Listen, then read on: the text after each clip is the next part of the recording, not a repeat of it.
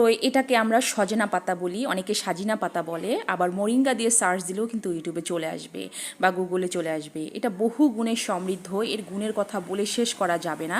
তবে কিছু গুণের কথা আপনাদের সঙ্গে শেয়ার করি। এটা ওটসের চেয়ে 4 গুণ বেশি ফাইবার, গাজরের চেয়ে 2 গুণ বেশি ভিটামিন এ, দুধের চেয়ে 14 গুণ বেশি ক্যালসিয়াম, কলার চেয়ে 14 গুণ বেশি পটাশিয়াম, পালং শাকের চেয়ে 9 গুণ বেশি আয়রন।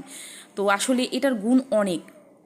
সবগুলো গুণের কথা বললে আসলে আমার মানে শেষ হয়ে যাবে ভিডিওটা, আসলে আমি আর কীভাবে রেসিপিটা করছি সেটা শেয়ারই করতে পারবো না। এটার অনেক গুণ, আপনারা যদি সার্চ দেন ইউটিউবে বা গুগলে এটার গুণের কথা আপনারা সবাই জানতে পারবেন।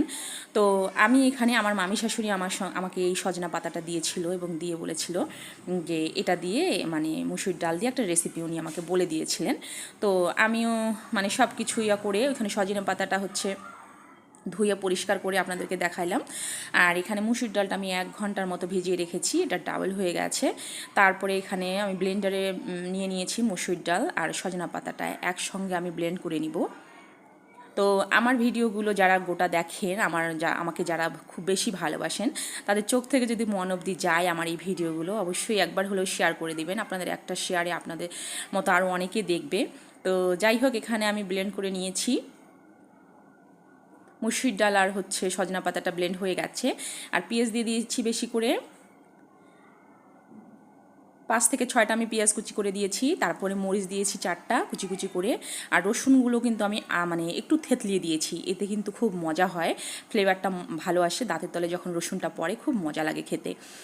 তো আমি এখানে একটু রসুন বাটা, একটু জিরা বাটা, একটু আদা বাটা দিয়ে দিয়েছি, একটু লাল মরিচের গুঁড়া, আর এখানে আমার বাসায় যে গরম মশলা ভাজা গুঁড়া করে রেখেছিলাম সেটা দিলাম, আর গোটা জিরা দিয়ে দিয়েছি। এখানে ভালো করে মেখে নিব একেবারে। তো আপনারা একবার হলেও ট্রাই করবেন সজনা পাতাটা। আপনারা চাইলে এটা শাকের সঙ্গে, যে পাট শাকের যে প্যালকা বলে সেটার সঙ্গে দিলেও কিন্তু খুব মজা হয়। তো এখানে আমি একটা ফ্রাই প্যান নিয়ে নিয়েছি, ফ্রাই প্যানে আমি পর্যাপ্ত পরিমাণ তেল দিয়ে দিয়েছি, তেল দিয়ে একটা জাস্ট দেখছি কেমন হয়েছে। তো এখানে আমি বড়াগুলো ভেজে নিচ্ছি। এটা কিন্তু খুব মজা ছিল খেতে, একবার হলেও বাসায় খাবেন, এটা কিন্তু খুব যে ঝামেলা তা না।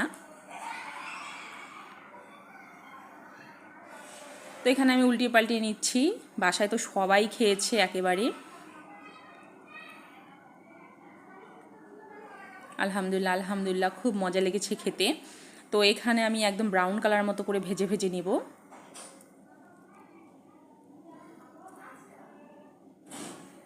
স্বাদ মতো লবণও দিয়ে দিয়েছি, আপনারা চাইলে কিন্তু ঝালটা একটু কম বেশি করতে পারেন, আমাদের কিন্তু ঝাল খুব বেশি হয়নি।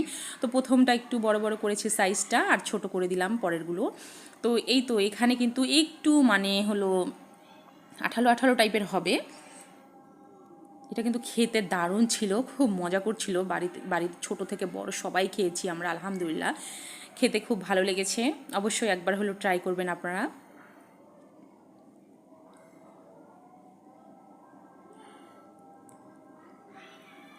তো একটা প্লেটের মধ্যে টিস্যু পেপার নিয়ে এখানে যেই তেলটা ছিল এক্সট্রা সেই টিস্যু পেপারের মধ্যে লেগে গেছে। তো এইভাবে মানে খেয়ে নিয়েছি আলহামদুলিল্লাহ। তো কেমন লাগলো জানাবেন। আসসালামু আলাইকুম, আল্লাহ হাফেজ।